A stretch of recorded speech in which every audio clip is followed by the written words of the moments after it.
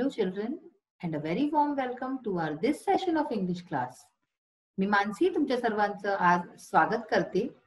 आज आपण तुमच्या सिलेबस मधलं जो नेक्स्ट चॅप्टर आहे ग्रँडपा टेल्स अ स्टोरी म्हणजे आजोबा. ग्रँडपा म्हणजे कोण? आजोबा कहाणी ऐकवतात. स्टोरी म्हणजे कहाणी, टेल्स म्हणजे ऐकवणं, सांगणं.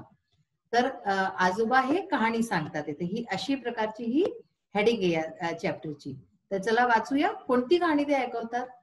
तर अशा प्रकारे ही जी स्टोरी आहे ही तुमच्या बुक मध्ये आहे. 1.6 स्टोरी आहे ग्रँडपा टेल्स अ स्टोरी म्हणजे आजोबा कहाणी सांगतात.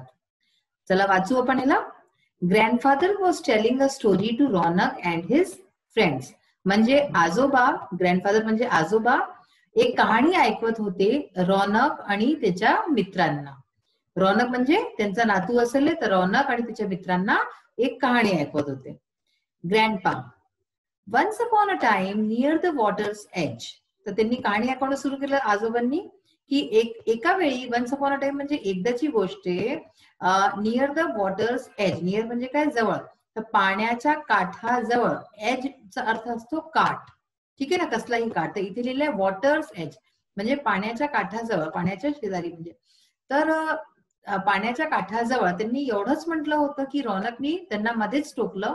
रौनक excuse me grandpa what is an age. तर तिला एजची मिनिंग नव्हती माहिती, तिला एजचा अर्थ नव्हता माहिती. तर त्यांनी विचारलं एक्सक्यूज मी ग्रँडपा म्हणजे आजोबा आहे का, व्हॉट इज एन एज. तर एज म्हणजे काय असतं. आपण कुणाला जर कोणी मध्ये बोलताय आणि आपल्याला मध्येच टोकायचं आहे आणि पोलाइटली टोकायचं आहे तर आपण अशा शब्दांचा यूज करतो, जसं की ह्याच्यात लिहिलंय एक्सक्यूज मी. तर त्याचे आजोबा काय म्हणाले आता पाहू. Grandpa my dear boy allow me to complete this sentence. My dear boy म्हणजे माझ्या डिअर म्हणजे काय असतं? प्यारा, ठीक आहे ना. तर माझ्या प्यारे बच्चे असं म्हणाले allow me to complete this sentence. मला हा सेंटेन्स, मला हा वाक्य पूर्ण करू दे. वन्स अपॉन अ टाइम म्हणजे एकदाची गोष्ट आहे. A camel and a jackal lived by a river. म्हणजे कॅमल म्हणजे काय झाला? उंट. आणि जॅकाल म्हणजे काय झाला? एक प्रकारचा कोल्हा असतो. जॅकाल म्हणजे पण एक प्रकारचा कोल्हा असतो. तर असा एक उंट आणि एक कोल्हा लिव्ड बाय अ रिव्हर एका नदीजवळ राहत होते. Near the water's edge. कुठे राहत होते? नदीजवळ, त्या पाण्याच्या काठावरती राहत होते ते लोक. And on the other side of the river आणि ती जी नदी होती त्याच्या दुसऱ्याकडे, त्याच्या पलीकडे देअर वॉज अ विलेज. तिथे एक गाव होतं, विलेज होतं विथ फील्ड्स अँड फार्म्स. आणि तिथे काय होते? खूप मैदान होतं आणि खेत होते खूप सारे. Now can anyone help Raunak with the word age. तर ते म्हणाले की आता, नाव म्हणजे आता, काय कोणी रौनकची हेल्प करू शकतं, मदत करू शकतं या शब्दावरनं. एज म्हणजे एज काय आहे हे कोणी सांगू शकतं. तर ईशान बोलला लेट मी गेस. तर तो म्हणाला की मला ह्याचा अनुमान लावू दे, मी अनुमान लावतो की काय आहे. Is it the border or the line where one thing stops and another begins. तर त्यांनी असं जे आहे याचा अनुमान लावला या वर्डचा की हे काय कोणचं बॉर्डर असतं, कोणचं काठ असतं, या किंवा कोणची एक लाईन असते, रेखा असते जिथे एक वस्तू संपते, ठीक आहे. स्टॉप्स म्हणजे काय? संपणं. आणि दुसरी वस्तू सुरू होते. तर मला असं प्रकारे वाटतं की हे असा अर्थ असेल, तो म्हणतो, ईशान म्हणतो. ग्रँडपा काय म्हणतात? You are right. म्हणजे की तू बिलकुल बरोबर आहे. Now the jackal was very clever. तर म्हणाले की जॅकाल जो होता, जो कोल्हा होता, तो खूपच क्लेवर होता, तो चंट होता खूप. He tried to play a trick on his friend camel. आणि त्यांनी काय केलं? त्यांनी प्रयत्न केला की चला आपण आपल्या मित्राबरोबर, कॅमल बरोबर, उंट वरती एक ट्रिक म्हणजे की एक प्रकारचे तिला बदमाशी सुचली आपल्या मनामध्ये की आपण या उंटाला थोडस असं ट्रिक करू, ह्याला म्हणजे चखवू. Who was happily munching away. आणि तो कॅमेल, तो उंट काय करत होता? तो आपला खुशी खुशी मंचिंग अवे म्हणजे काय असतं? काही वस्तू खाणं.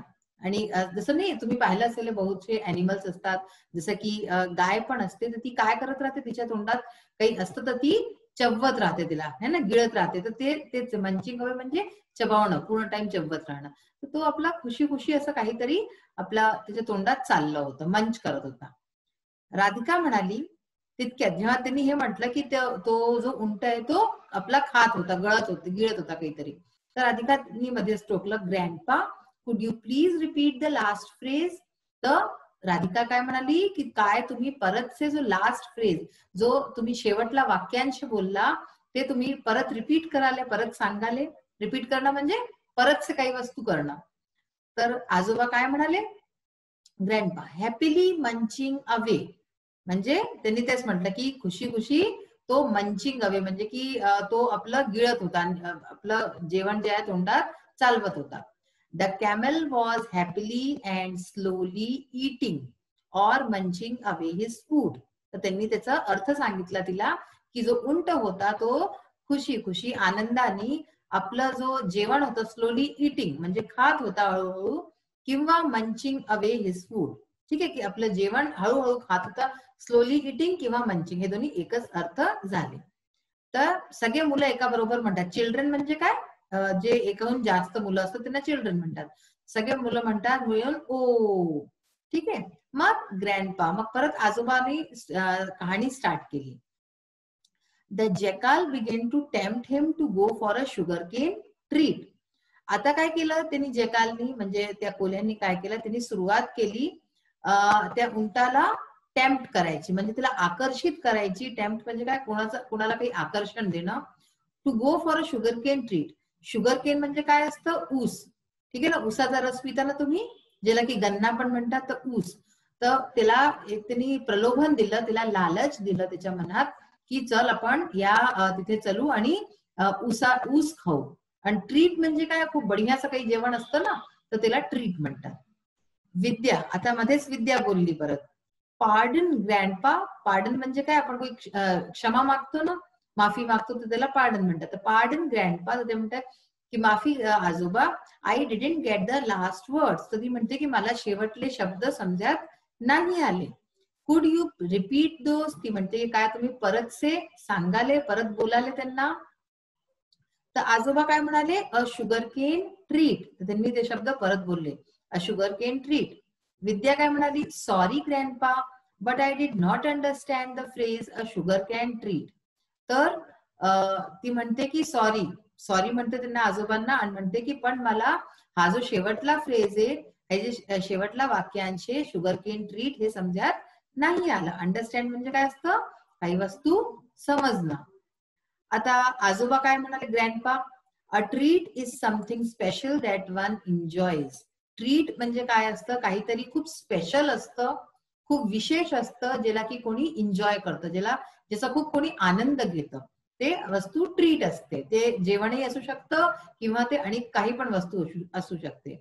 The jackal wanted the camel to go with him to the sugarcane field. तर तो जो जॅकाल होता, तो जो कोल्हा होता, तो काय चाहत होता की तो त्या उंटाला घेऊन तिथे जाय, त्या ऊसाच्या शेतामध्ये, ऊसाच्या शेतामध्ये त्याला तो घेऊन जाणं चाहत होता. आणि तो त्याला फसवणं चाहत होता. त्याच्या मनात हे होतं की आपण ह्याला फसवू मित्राला. आता अक्षय म्हणाला, कॅन आय एक्सप्लेन फर्दर. तो म्हणाला की काय मी पुढे सांगू. The jackal and the camel were going to eat and enjoy the sugarcane from the farmer's field. तर अक्षयनी आपल्या मनाने अंदाजा लावला की तो जो कोल्हा होता आणि जो उंट होता, ते लोक गोइंग टू ईट, ते लोक खायला चालले होते, आणि एन्जॉय द शुगरकेन, आणि ते जो ऊस होतं, ऊसाला एन्जॉय केला असं त्यांनी खाऊन, त्यांना खूप छान वाटलं असतं त्या फार्मर म्हणजे की त्या शेतकरीच्या शेतातनं. तर ते लोक खूप मजे करून येणार होते, असं त्यांनी अक्षयनी हे एक कल्पना केली कहाणीची. पुढे काय झालं, वाय. राधिका म्हणाली, वाय, का. Everyone will enjoy sugarcane treat. तर ती म्हणाली की सगळेजण एक ऊसाचा ट्रीट जे आहे ते एन्जॉय करतील.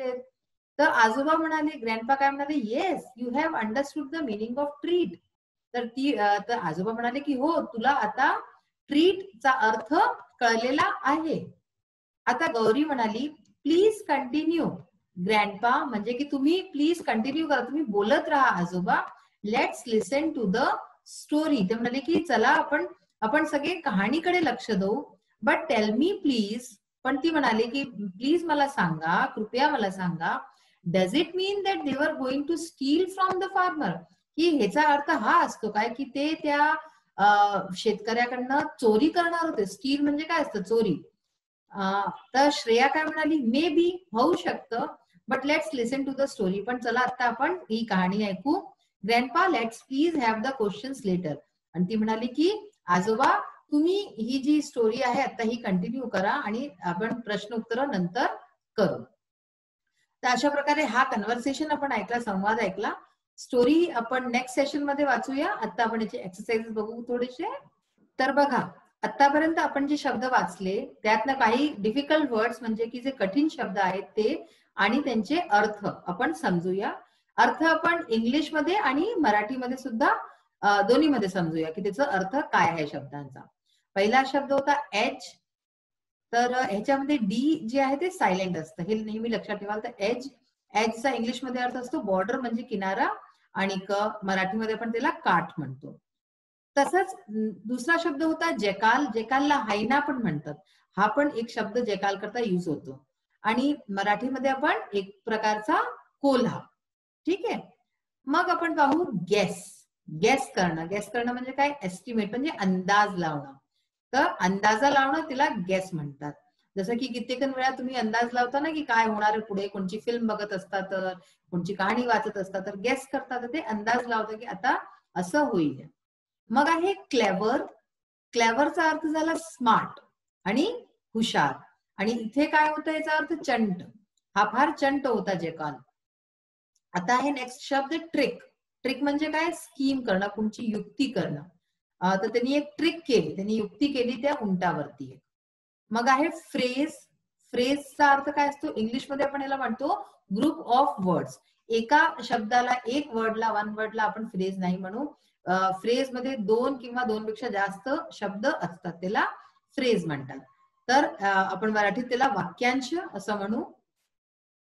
मग आहे मंचिंग. मंचिंग हा शब्द आला होता, ह्याचा अर्थ आहे च्युईंग. हिंदीमध्ये, इंग्लिशमध्ये याला च्युईंग म्हणतात आणि मराठीमध्ये गाळणे. नेक्स्ट शब्द आहे टेम्प्ट. टेम्प्ट म्हणजे डिझायर, आकर्षण. मी तुम्हाला आधी सांगितलं होतं आकर्षण. फर्दर शब्द आहे आणि ह्याचा अर्थ आहे मोर, पुढील. म्हणजे त्यांनी म्हटलं होतं ना की can I tell the story further, म्हणजे मी पुढलं स्टोरी सांगू, पुढील कहाणी सांगू. आणि तुमचा शेवटला शब्दार्थ शब्द आहे स्टील. स्टीलचा अर्थ थेफ्ट म्हणजे चोरी, चोरणे. इथे एक गोष्ट लक्षात ठेवायला की जे चोरीवाला स्टील असतं त्याची स्पेलिंग ही आहे. आणि एक स्टील असतं जे आपण स्टीलचे भांडे, स्टीलच्या भांड्यांमध्ये जेवतो त्याचं आपण स्टीलच म्हणतो, पण त्याची स्पेलिंग असते STEEL. ठीक आहे, EEL. इथे काय आहे? EAL. तर अशा प्रकारे दोन्ही शब्दांमध्ये फरक आहे. आता आपण अपोजिट्स बघूया काही शब्दांचे. अपोजिट्सला अँटोनिम्स पण म्हणतात. हा पण एक शब्द आहे जो की अपोजिट्स करता यूज केला जातो. तुम्ही जसे मोठे क्लासमध्ये झाले तर तुम्हाला हे सगळे शब्द येतील. तर म्हणून आतापासून या शब्दांची तुम्ही ओळख पटवून घ्या. तर अपोजिट्स किंवा अँटोनिम्स. नियर म्हणजे जवळ आणि फार म्हणजे दूर. एज म्हणजे काठ, तुम्हाला सांगितलंय. मिडिल म्हणजे मधोमध. Allow, disallow. अलाउ म्हणजे कुणाला काही काम करायचं तर आपण म्हणतो ना की आय अलाउ, तर म्हणजे की तू कर ते काम, काही काम करायला अलाउ करणं. आणि डिसअलाउ म्हणजे कोणचं काम या काही वस्तू करायला मना करून देणं, तर ते डिसअलाउ. Complete, incomplete. कम्प्लीट म्हणजे पूर्ण आणि इनकम्प्लीट म्हणजे जे काही अर्धवट असतं ते. Side, centre. साइड म्हणजे तेच किनारा, काठ, आणि सेंटर म्हणजे मध्ये. विलेज, गाव. ठीक आहे ना, कोणचं गाव असतं. आणि सिटी म्हणजे शहर. Anyone, no one. एनीवन म्हणजे काय असतं? कोणी पण. ठीक आहे, एनीवन म्हणजे कोणी पण, आणि नो वन म्हणजे कोणीही नाही. मग आहे स्टॉप. स्टॉप म्हणजे काय? थांबायला म्हणतात. आणि कंटिन्यू म्हणजे की आपण त्या वस्तू करत राहा, त्याला कंटिन्यू म्हणतात. बिगिन्स. बिगिन्स म्हणजे सुरू करणं, काही वस्तू सुरू करणं. आणि स्टॉप्स म्हणजे बंद करणं. तर अशा प्रकारे तुम्ही बघताय की स्टॉप मध्ये आपण कंटिन्यू पण लिहू शकतो आणि बिगिन पण लिहू शकतो ह्याच्या अपोजिट मध्ये. राईट. राईट म्हणजे करेक्ट, जी वस्तू सही असते. आणि रॉंग म्हणजे चुकीचं, गलत. क्लेवर म्हणजे तुम्हाला सांगितलं होतं खूप शहाणा, जो खूप हुशार असतो. आणि स्टुपिड म्हणजे अगदी जो मूर्ख असतो त्याला स्टुपिड म्हणतात. प्ले वर्क, प्ले म्हणजे खेळणं, वर्क म्हणजे काम करणं. फ्रेंड एनिमी, फ्रेंड म्हणजे मित्र, एनिमी म्हणजे शत्रू. हॅपीली सॅडली, हॅपीली म्हणजे खुशी खुशी प्रसन्नतेने, आणि सॅडली म्हणजे दुखी. आणि अवे नियर बाय, अवे म्हणजे दूर काही वस्तू असते तर, नियर बाय म्हणजे जवळपास. हे अशा प्रकारचे आपले आपण अपोजिट्स बघितले आज. तर आज आपण पाहिलं की स्टोरी आजोबा सुरू करतात, जे की जे मुलं असतात, जे त्यांचे नातवंड त्याचे मित्र असतात, ते मध्ये मध्ये त्यांना काय करतात, परत परत प्रश्न विचारतात आणि त्यांना डिस्टर्ब करतात. पण डिस्टर्ब करायचा तरीका असा असतो की ते लोक एक्सक्यूज मी म्हणतात, पार्डन म्हणतात. म्हणजे इंग्लिशमध्ये जर आपण असं म्हणतो तर ते असं म्हणजे की आपण विनम्रतेने त्यांना विचारतोय काही, त्याला आपण ह्याच्यात नाही घेत. आणि मग आपण पाहिला की आज वर्ड मिनिंग्स नवीन नवीन बघितले, अपोजिट्स बघितले. अशा प्रकारे काही खूप नवीन छान वाजता शिकला आपण. आजचा आपला सेशन इथेच संपतो. नेक्स्ट सेशन मध्ये परत भेटूया. Till then bye, have a nice day. Thank you.